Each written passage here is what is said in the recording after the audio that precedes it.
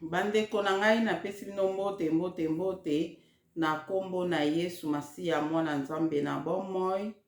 Ngai mama Deline esu liboso na bino pona ko partager video oyo nazo kosala na bandeko nyonso obolandaka ngai to partager ndenge tolobaki to partager lettre oyo batindelaki ngai na monaki on vomeza très bien pona kosalela ngo partage na bandeko nyonso po epesa biso mayele tant que bana Nzambe tozofanda na mokili oyo toyebaka ba stratégie monguna satana po mutu oyo tozobunda na ye so boyebi stratégie na ye te mo ebolonga ye eza te azalaka toujours kolongaka biso po ndenge ka tolobaka ntango nyonso na bavideo nalobaka ke monguna satana azomultiplie basystème na ye azoluka azochange bastratégie azobakisa bamakambo ebele bastratégie ebele mpona kolonga biso oyo kutu biso tokoki koimagine te. Donc azoluka kotiela biso mpe bapiège ndenge na ndenge makambo ebele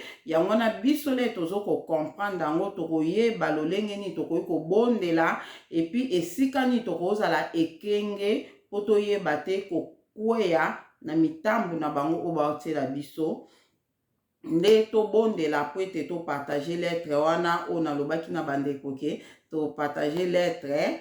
En tout cas tobondela Saint-Esprit azala na biso tobondeli Nzambe papa na biso na lola mozaisa likolo mpe na se ekolo Yesu Masiya toye liboso na o papa topesi yo merci na souffle de vie toza nango merci mpona nyonso merci kolo po ete yo ozo révéler biso ba chose cachée makambo oyo biso toyebaki te me yo ozo révéler biso mpona kopesa biso mayele papa yango tokumisi yo tonetoli yo tosanjoli yo papa na beleli yo molimo santu zala na nga papa na ntango oyo nga nazosala video o papa Saint-Esprit tondisa nga na nguya na o papa nguya na o molimo santu elatanga papa ezala ngai te naloba me yo loba pesa biso mayele à travers lettre oyo tokotanga tozwa mayele ngai na bandeko nyonso oyo bakolanda nga na video oyo kumisama sanjolama na telemeli oyo nyonso ekokoya koderange nga na ntango oyo eza mosika na nga na kombo na Yesu Masiya mpe na nguya na molimo santu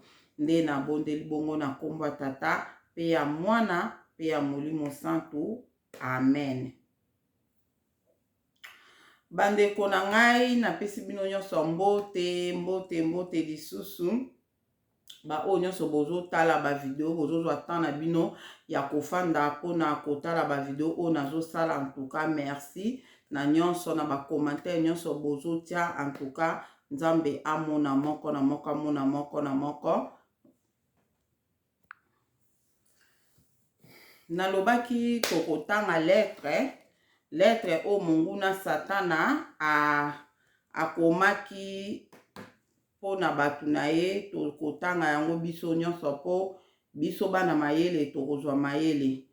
Ngai batindelaki nga nka na WhatsApp ndenge bato batindaka kaka biloko ndeko moko atindelaki ngai yango le nayokaki yango antuka nazwaki mayele nabaki nde boye makambo nde ezalaka boye nde nazwaki mayele yango nalobaki na kopartage yango na bino en tout cas nayokaki yango nakoti mpe na Bible en tout cas epesa nga bien mpona kotanga Bible komona ke donc vraiment makambo ya lobi eza oyo bango fu basala eza vraiment makambo oyo monguna satana asalaka biso eza mpe makambo oyo Nzambe alingaka biso tosala ndenge ka nalobaki ke oyo monguna satana alingaka biso tosala yango Nzambe aboyaka biso tosala oyo Nzambe alingaka biso tosala yango monguna satana aboyaka biso tosala yango asalaka ke apesa bato na ye mayele lolenge nini oyo bakoki kotravaye na mokili oyo balalaka te butu mpe moi bazotravaye bandeko na nga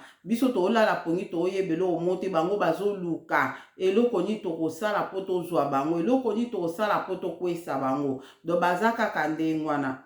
Nga nayebisaka bino na video moko nayebisaka bino ke Nzambe afungoleli nga likolo alakisi ngai namonaki Satan le diable na trône na ye epi bato moko bayaki wana asalaki réunion na bango alobi na bango abi bokende makambo nayebisi bino na salango na video moko eleki na moyena repetango ya te se eleka mwa kala abi makambo na biso no bokende kosala ngo batu o baza mopanzi o batu wana si tozwa na biso bango bokipe bango te bokende na ngambu wana mosusu bango nde mutu toza na bango besoin donc ngambu wana eza ngambu na biso bana nzambe ozomona donc bango nde abi toza na bango besoin bawana po bawana mosusu tozwa deja bango donc bokende koséduire bango o wana mosusu bopesa bango bambongo comme ça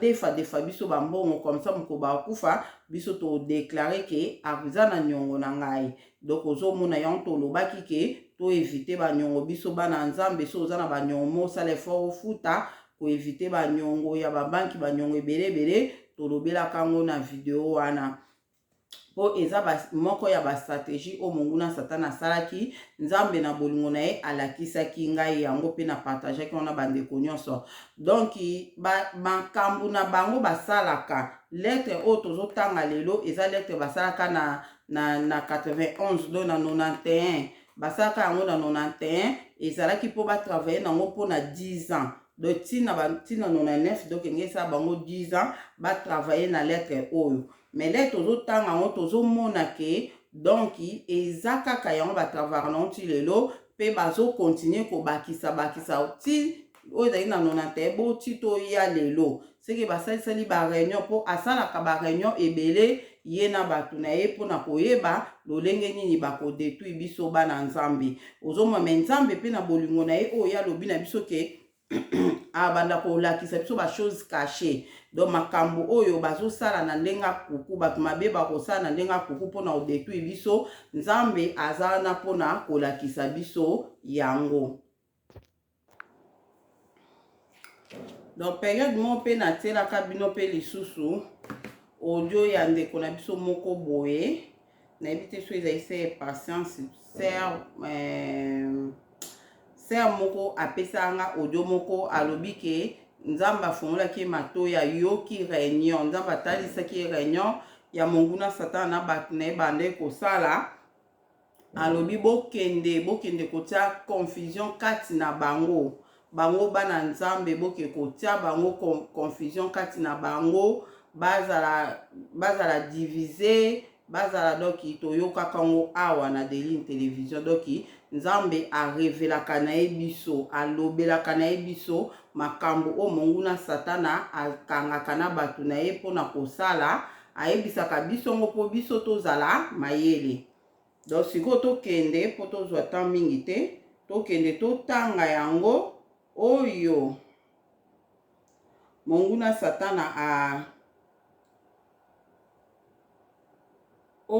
satana alobaki lettre yango totanga toyoka ngo nanu awa alakenga na kotangela bino oyo biso to traduire quand même ona bongisi mpona koloba na bino toyoka biso nyonso ndenge elobami awa alapres tozotia commentaire ndenge Saint-Esprit akokamba biso totie matoyi na biso toyoka. Bonjour chers chrétiens et shalom à tout le monde. Je vous souhaite la paix et la grâce au nom puissant de notre Seigneur Jésus. Bien-aimés dans le Seigneur, je vous donne la lettre de Lucifer qu'il a faite à ses serviteurs partout dans le monde. Et nous, en tant que chrétiens, Dieu nous a permis de tomber sur cette lettre. Et là, nous ne pouvons jamais laisser cette lettre secrète, ou bien à certaines personnes qui l'avaient reçue. Voilà, nous avions voulu lire cette lettre, envoyer à tous les chrétiens qui sont dans le monde à travers les moyens de WhatsApp. Pour nous, les chrétiens, le WhatsApp, c'est notre moyen d'évangéliser. Merci beaucoup. Je vais vous lire la lettre rapidement. Je commence la lettre de Lucifer de 1991 ou bien 1991. À tous les satanistes, les représentants des principautés, je vous écris parce que les chrétiens nous font de plus en plus du mal. Si nous ne sommes pas attentifs, nous pourrions être maîtrisés, écrasés et vaincus. Je voulais attirer votre attention sur la résolution que nous avions prise lors de la dernière réunion en novembre 1991 à minuit.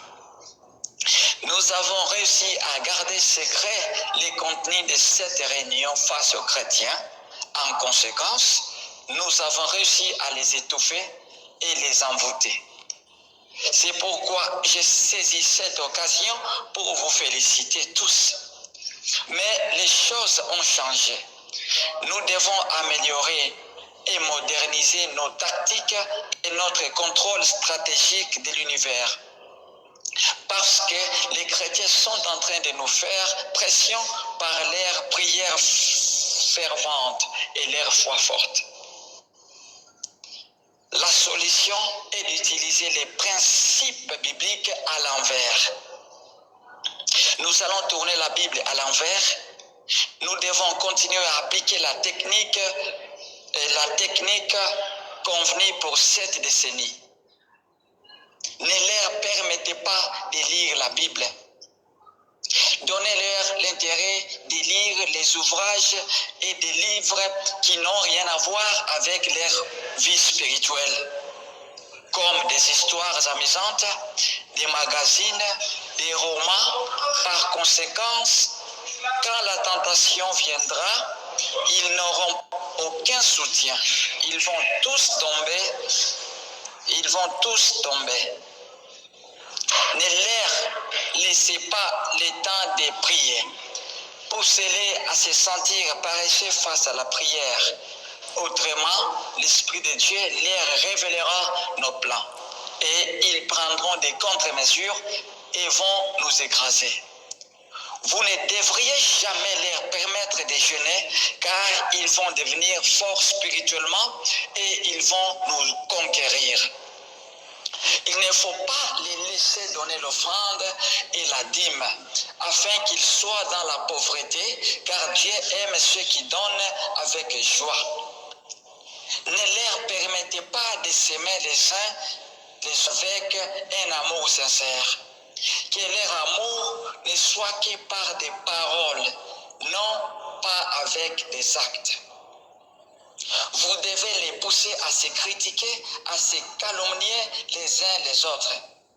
Vous devez leur donner la liberté et la sagesse dans les mensonges afin que cela devienne une servitude et mode de vie, afin qu'ils n'entrent pas dans les royaumes de Dieu, mais qu'ils finissent en enfer, la ville de feu.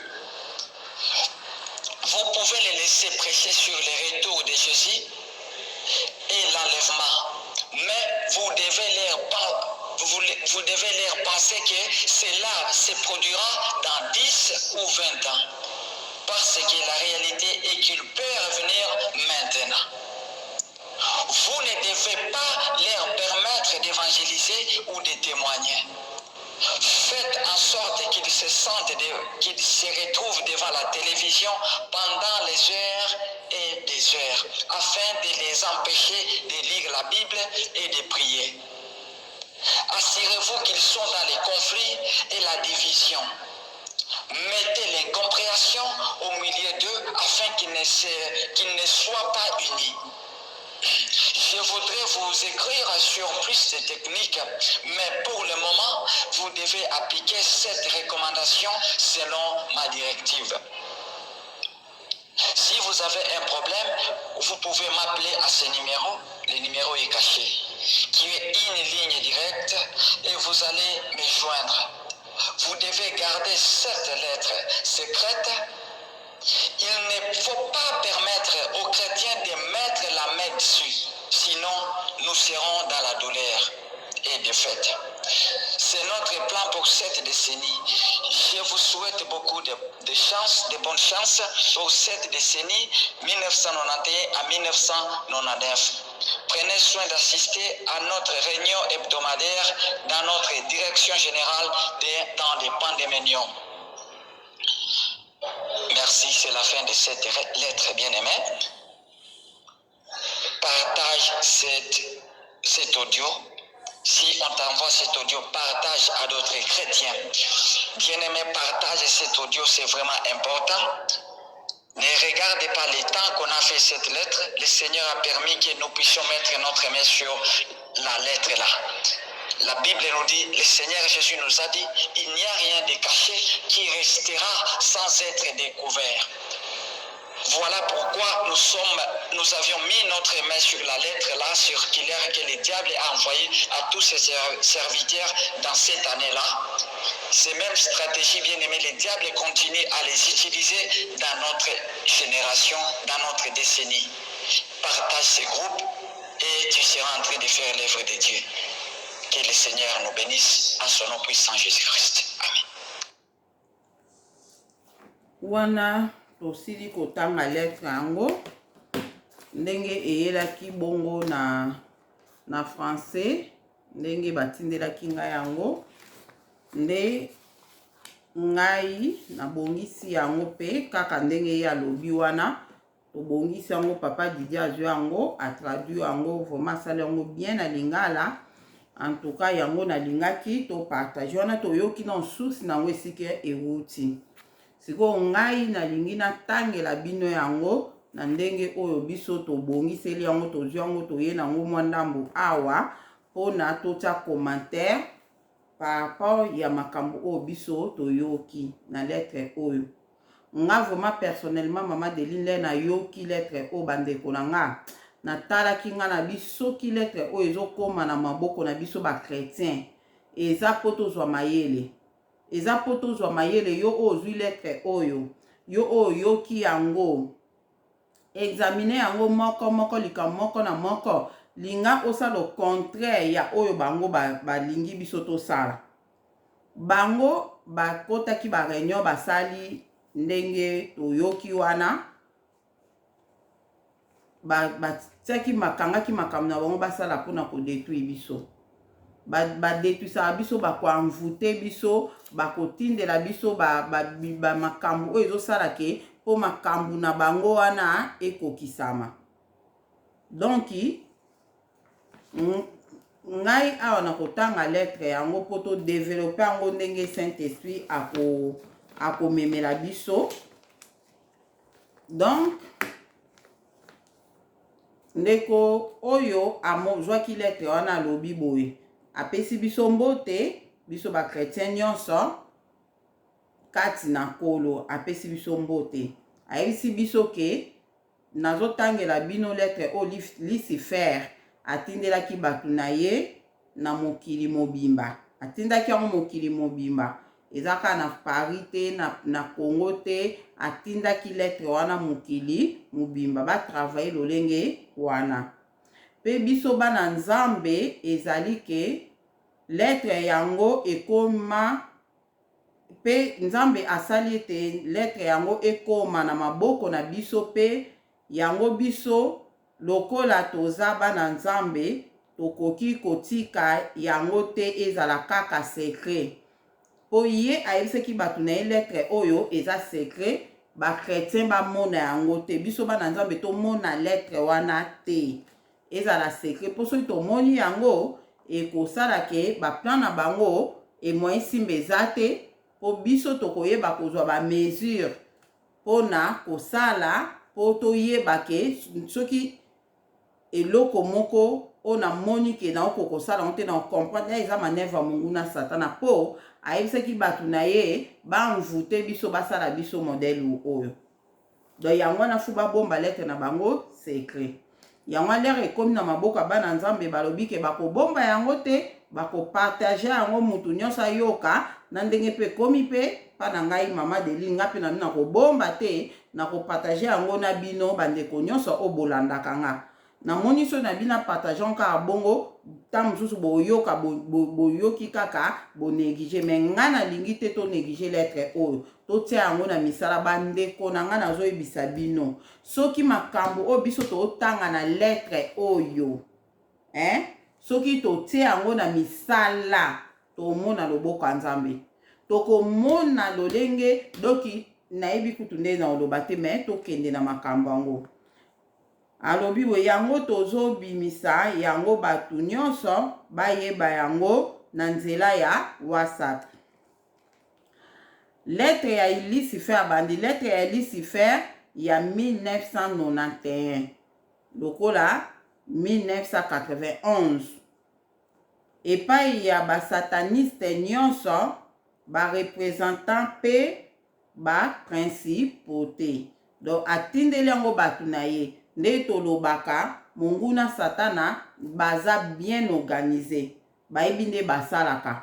Bazaza bandeko nanga bazaza na maître na bango oyoka oyo toyoka ngo aye na batémoignage bato batémoignage balabala oyo aveni oyo to quartier oyo mobimba chef nango azali chef wana ya quartier ya balabala ya baveni moko chef azali na chef wana akutanaka na bato nyonso ya balabala wana bango mpe bakutana bango na bango ba chef oyo ya quartier ya balabala baveni bakutanaka chef na bango ya quartier wana yali ba chef ya quartier bakutana pe na chef ya commune wana. Donc ba chef ya commune bakutanaka pe na chef oyo azo diriger mboka wana.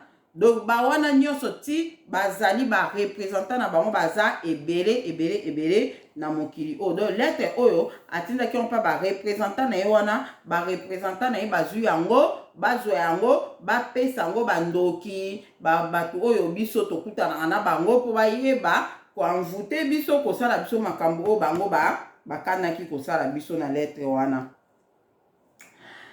Balobi boye wana lettre yango ye moko Lucifer azoloba na batu na ye oyo atindeli ba lettre na ba principauté ba représentant na ye ba sataniste atindeli bango. Nakomeli bino pona ba chrétien bazali kosala biso mabe koleka. Donc biso ba chrétien tozosala bango mabe koleka. Soki tofongoli miso te tokozala maîtriser écraser pe suka bakolonga biso. Donc soki tosali molende te tomilembisi kaka donc ba chrétien bakolembisa biso tokozala susu tokolonga te bakolonga biso. Yango fu tozala molende tozala makasi wana lettre na ye atindeli batu na ye. Alobi boye nalingi na rappeler bino pona makambo oyo tokangaki na réunion oyo ya suka tosalaki na novembre 1991 na minuit. Tosalaki nyonso po tobomba sekele ya makambo oyo tokangaki po ba chrétien bayeba yango te. Donc réunion na bango basalaki makasi biso toyeba te. Donc monguna satan na ba réunion na ye na makambo na ye na ba stratégie na ye oyo asalaka lingaka te biso bana nzambe toyeba yango. Po soki biso toyebi yango totanga yango tozela. Donc basalaki effort vraiment pour babomba yango babombaki yango selon ndenge azoloba pe tolongaki ko étouffer bango pe ko envoûter bango. Alobi balongaki ko étouffer biso pe ko envoûter biso. Na 91 na 1991 do ba étouffaki batu bayokana ba étouffer biso ba envoûter biso. Toyebi te lolenge nini bayokanelaki ba envoûtaki biso ndenge nini ba étouffaki biso ndenge nini toyebi te. Mais alobi yango wana nalingi ko profiter na occasion oyo pona ko féliciter bino. Lokola féliciter bango seke balongaki ko envoûter batu na 91 wana. Ba envoûtaki batu na monde entier. Donc balongaki yango a féliciter bango. Kasi esengeli koyeba ke makambo ebele échanger. Makambo ebele échanger. Esengeli to bongisa to pe to contrôler ba tactique pe ba stratégie na biso. Donc alobi ke makambo ebele échanger, makambo bato bayeba ke makambo échanger. Donc ngelo ba ke ba envoûtaki na bango biso. balongaki na bango koenvoûte biso pe koétouffe biso balongaki me alobi boyeba ke makambo ebele échange donc c'est que amonaki bato yango tolongi koenvoûte bango pe koétouffe bango mais makambo échangeaki nayebi te makambo ni échangeaki toyoka alobi boyeba ke makambo échangeaki donc tosala effort tokontrole bastratégie na biso batactique na biso oyo tozwaki mpona kosala mpona bakretien bazosala biso pression na bapriere na bango ya makasi mpe na kondima na bango ya makasi donc bakretien alobi ke mpo bakretien bazosala biso pression na bapriere na bango ya nguya priere na bango ya nguya mpe na kondima na bango ya makasi donc wana ayebisi bango bongo bakretien biso bakretien tozosala bango pression na bapriere na biso ya makasi mpe kondima na biso ya makasi wana soki toke na totangi na Jacques 5:16 totanga ngo mbangu na Jacques totanga na Jacques natangela bino ngo awa na Jacques totanga na Jacques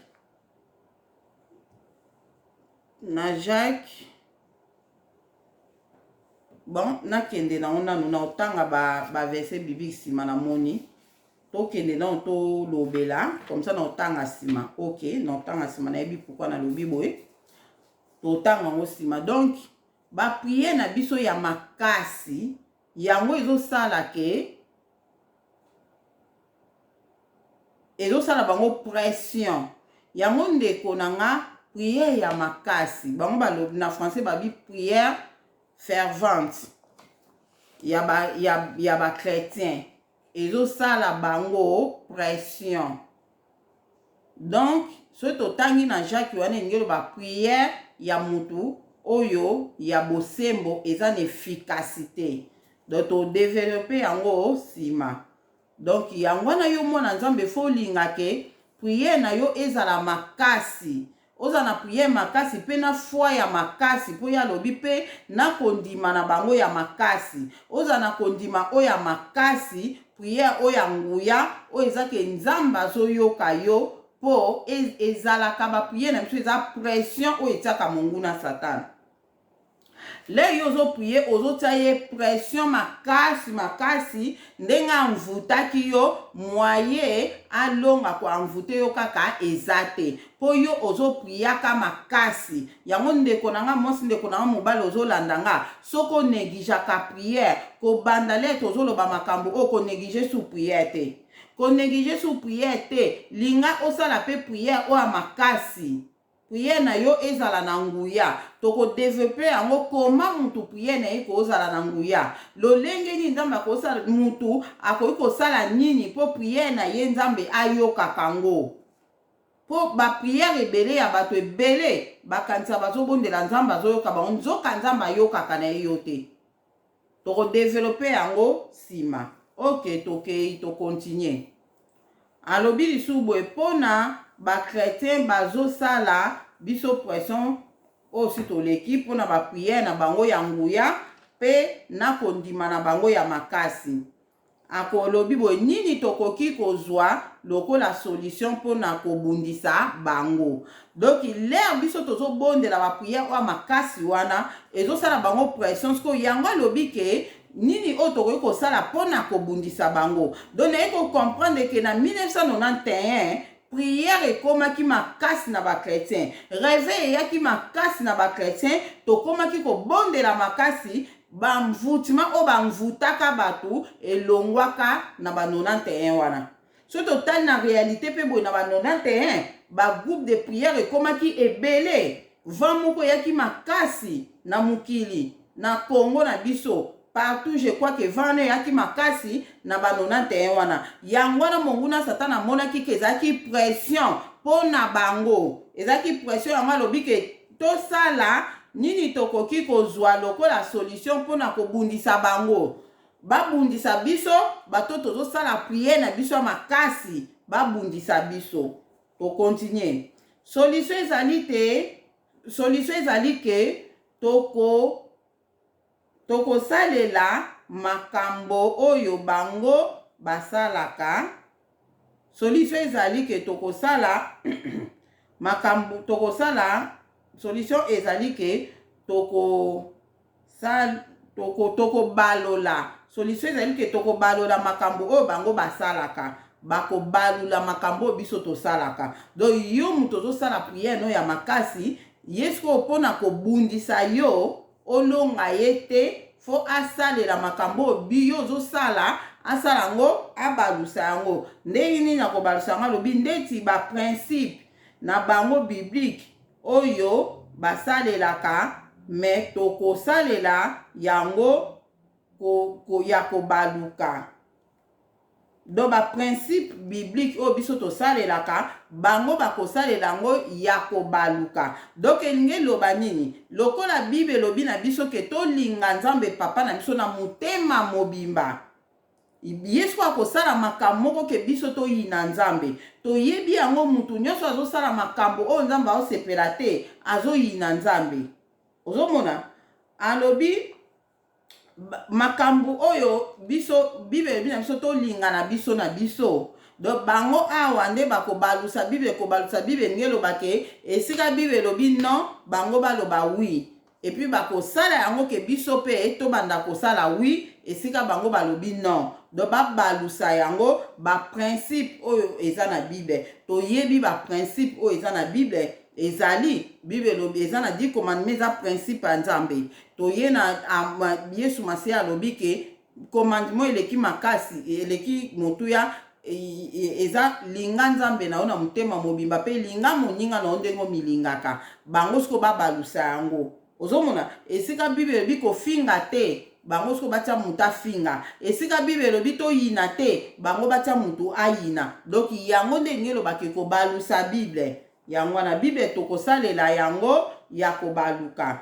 Toko continue kosalela technique oyo tokanga pona 10 ans oyo tozokende. Donc réunion na bangwana do basaki na 91 bakosalela technique o panda 10 ans oyo tozokende. Donc ti ko banda 91 ti na 99. OK.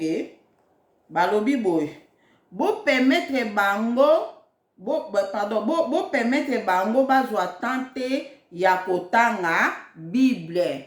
Ba permettre biso tozwa tante ya kotanga Bible bandeko nanga. Ba yebisi biso balobi ke ba permettre biso te tozwa temps ya kotanga Bible. Yango ndeko nanga mwasi ndeko nanga mobali nga na sala video. Na yebisa ki bino batu nyonso bolanda nga kotanga Bible eza malamu. Biso bana Nzambe foto tanga ka Bible. Na yebisa ki bino nga so na sali mikwebe na otanga Bible te. Nzamba bimisela nga Bible moko wana na explica bino ba obolanda nga. Nzamba bimisela nga Bible na Bible na bakomi se connecter. Donc otanga Bible eza ko se connecter. Ozo se connecter na nini tokende. Alobi boy alobi bo permettre bango te bazwa temps ya kotanga Bible. Pe alobi lisuboy bo pesa bango posa ya kotanga ba mikanda mususu, mikanda oyo eza lié te na vie na bango spirituel. Donc engelo bake Bible eza lié na vie na biso spirituel. Vie na biso spirituel eza lié na Bible. Ozomona na yebisa bino makambo oyo. Na yebisa bino na bibandeko nanga tobondelaka totangaka pe Bible. Na yebisa bino nakenda na lieu de repos nakuta batu kuna batonga bandaku me bazalaki na mulili.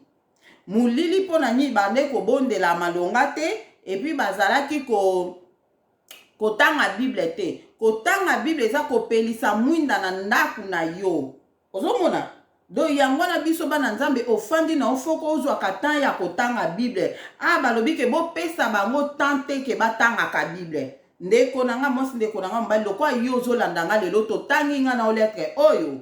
Lukaka ozwa tan ya kotanga Bible. Lero ozwa tan ya kotanga Bible te eza yo te eza monguna satan mutazo sala yo. Ozwa tan ya kotanga Bible te. Eza bongo tozalaka moso ofongoli Bible otanga pongi ye. Atozaki na ona pongi te. eza manevre monguna satana tolobelango ana Deline télévision tolobelango yango wana fo koluka ozwa temps na yo ya kotanga bible fo luka ozwa temps nga na yo na nga mpe funa lukaka nazwa temps na nga ya kotanga bible eza très bien nayebisa bino nga des fois ntango mosusu nazobondela nzambe akoloba na nga likambo ntango mosusu mpe nazotangaka bible pour nzambe mpe alobi na nga likambo ozomona donc kotanga bible ezosalaka tokende nde balobi awa bopesa bango mposa ya kotanga bamikanda mosusu boyeboye do bamikanda oyo ekoki kutu kozala kutu teke epesa biso lie na spiritualité na biso na vie na biso spirituelle.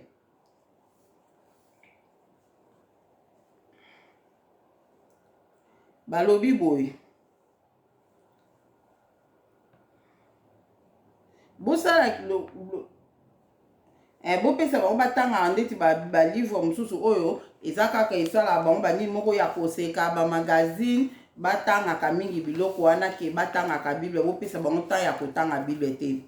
Ale tokontinue balobi boye oyo ekosala ke yoka bopesa bango temps te batanga bible botia bango batangaka bamikanda mosusu wana oyo ekosala kosekisa bamagazine bamikanda moko abongo abi oyo ekosala ke soki tentation eyeli bango bakozala na soutien te yango ekosala ke bakweya bango nyonso.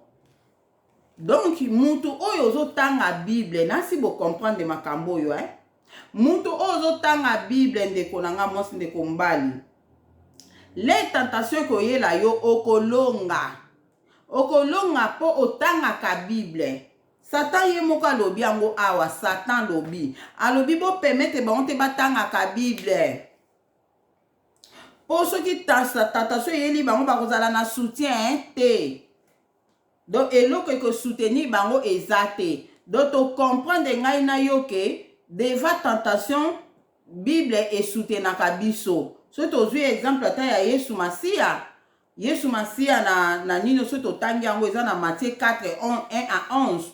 Matthieu 4 1 à 11. Yesu Masiya le tentation eyelaki ye alongaki monguna satana na makomi alobi na ekomama ozomona so totangi yango Yesu Masiya aloba le satan tentation lere eyeli ye Yesu Masiya azoyebiseka ekomama alongaki na makomi mpona ni Yesu Masiya alobaki ekomama mpo ayebaki makomi azalaki kotanga ntango nyonso bible yango ayebaki makomi ekotaki ye na mutu ndeti nga na yo lelo tentation soki eyeli biso toyeba makomi ekoappuye biso ozomona bitumba moko eyeli oka boye otali kaka obi nzambe baolonganga te mpo oyo lobi ke tentation moko te ekozala odela ya force na nga yango nga nazobondela nazogene bakolonganga te ozomona oza appuye na nino na bible na verset biblique wana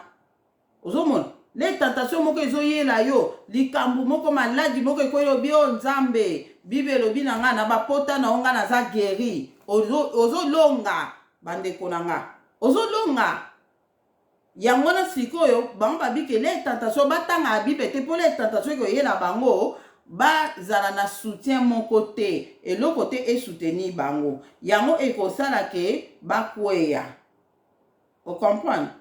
Donc yango wana do faut kotangaka bible ndeko na nga monguna satana alingi te nga na totangaka bible biso tosala au contraire totangaka bible to continuer.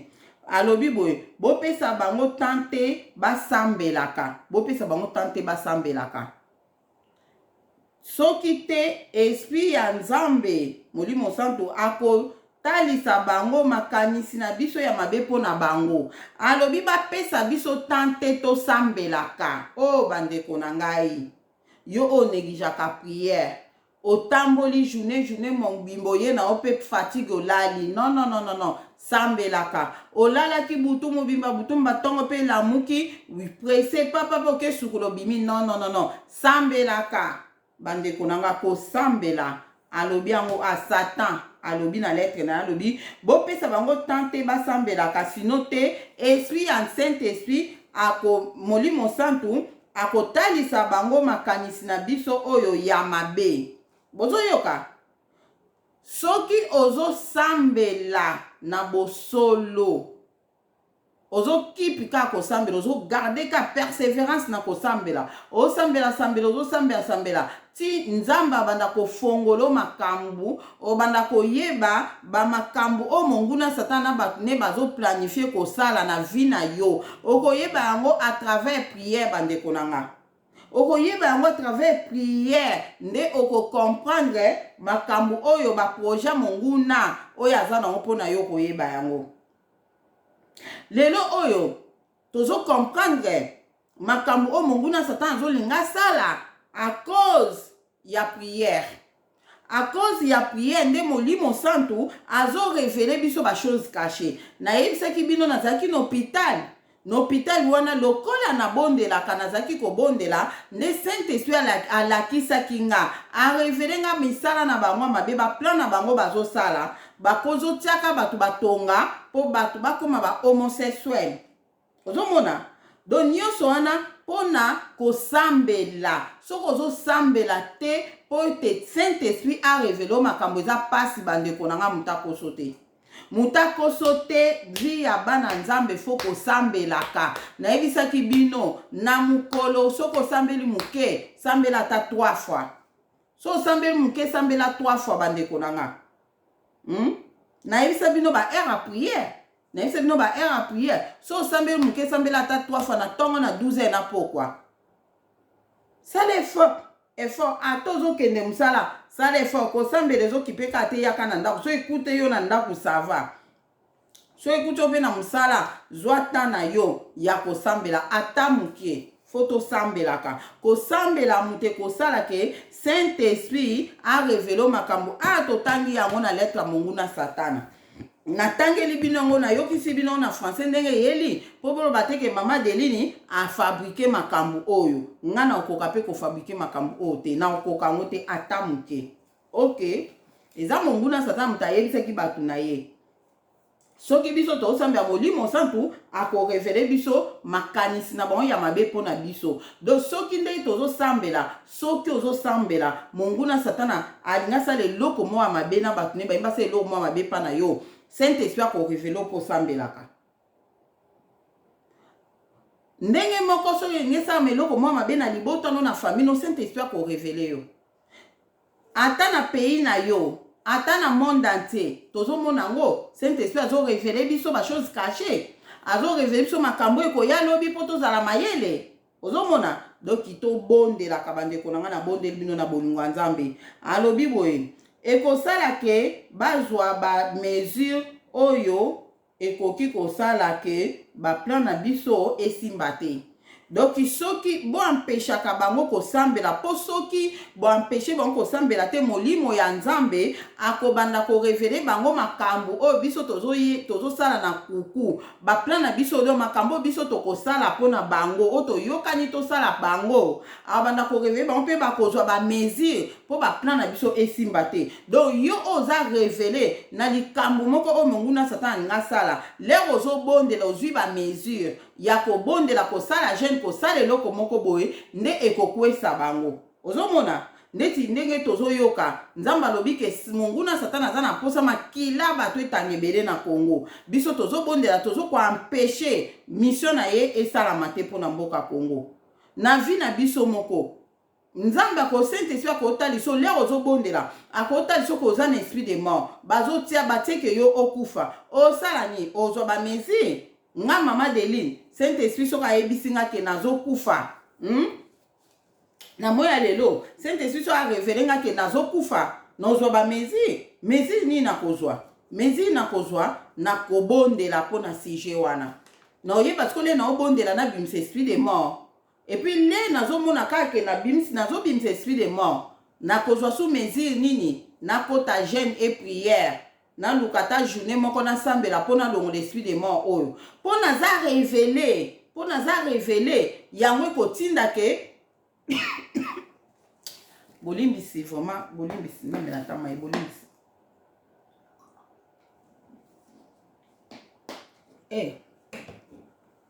Na nazwa ba mesure wana koluka na bondela na luka ta journée mo ya jeune po naza révélé que naza na esprit de mort funa luka journée moko na gêné po na longo l'esprit de mort wana po makamsu tokolonga il faut ezalaka na nzela ya jeune et prière le na gêné na bonde nazomona ndeti Saint-Esprit azokontinue kaka korévele nga ke esprit de mort ezaka na osali na ozwa mesure mosusu naluka pratique moko nasala naluka pratique moko nasala na accompagner yango na prière na bondela mpo nabimisa esprit de mort oyo monguna satana atieli ngai ozomona nazwi bamesure yango ekosala ke makambo na ye alonga te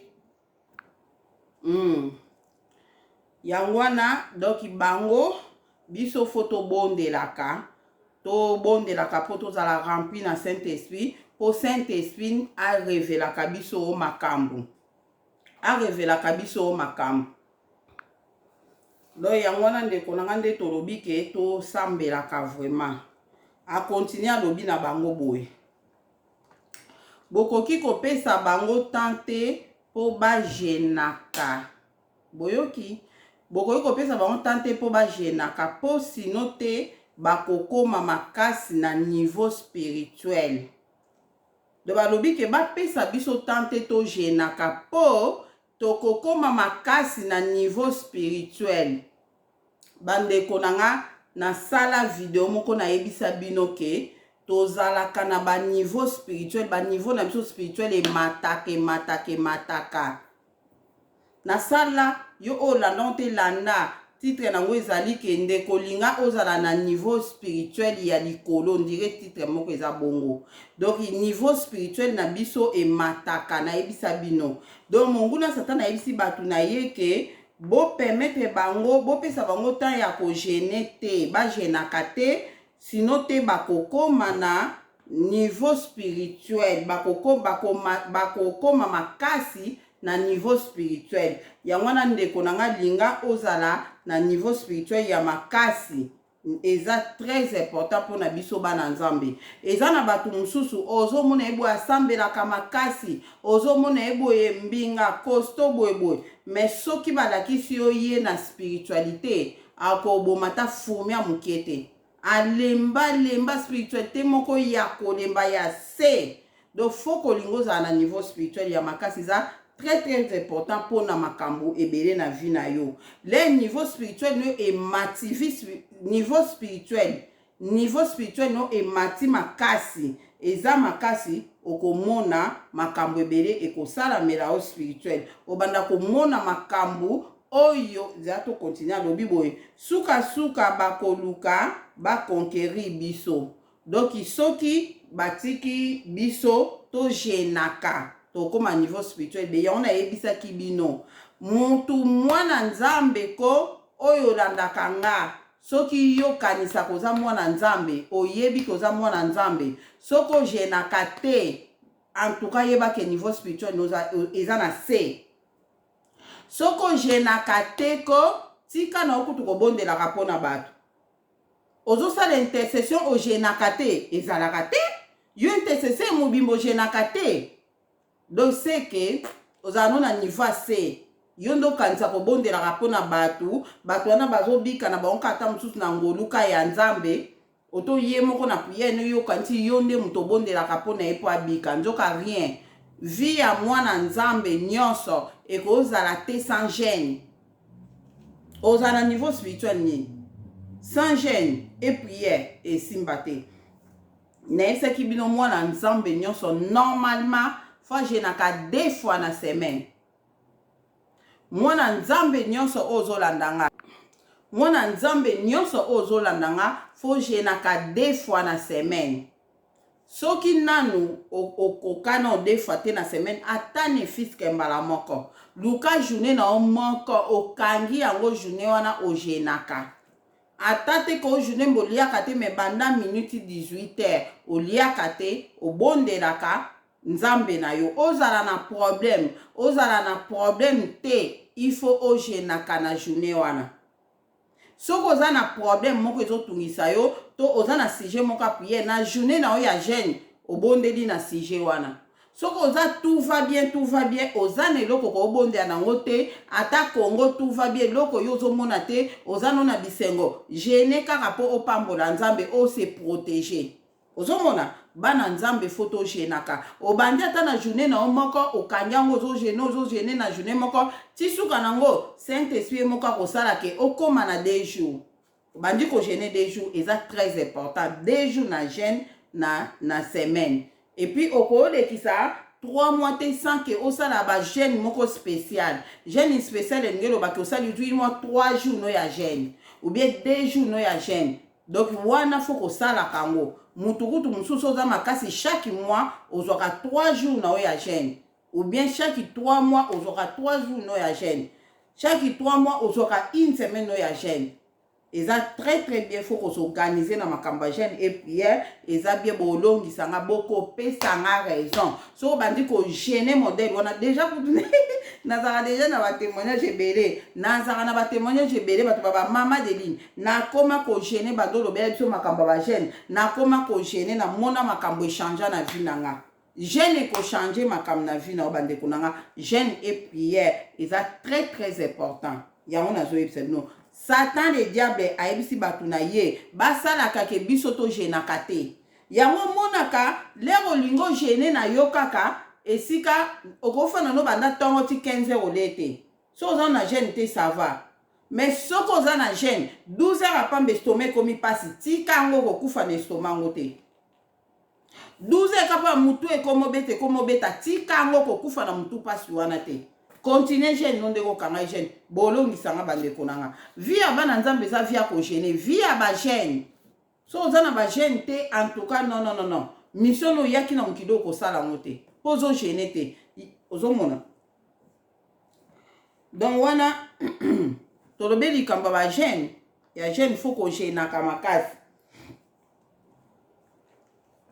so tangi na Joël likamba gêne tanga na Joël 2:12 okomona omona nde balobi po na gêne wana totanga ba verset biblique sima Esdras 8:23 elobeli pe likamba gêne totanga ngo sima toke alobi boye bopesa bango tante po bapesaka offrande na dîme comme ça ekosala ke bazala kaka ba pauvre na yebisaki bino ke dîme nzambe mutaloba na nga alobi adeli natalaka dîme wana na pambolaka ngo bato awa na mokili na bino na se pe na royaume de cieux tolobela likambo ya dîme boyoki mungu na satana yango bato ebeli balingi kopesa ba dîme te bato ebeli balingi kopesa dîme te ezokangelo ba porte nzambe aloba na nga dîme efongolaka ba porte abana nga apambolaka bato na ba dîme epi aloba na nga dîme ebundelaka mutu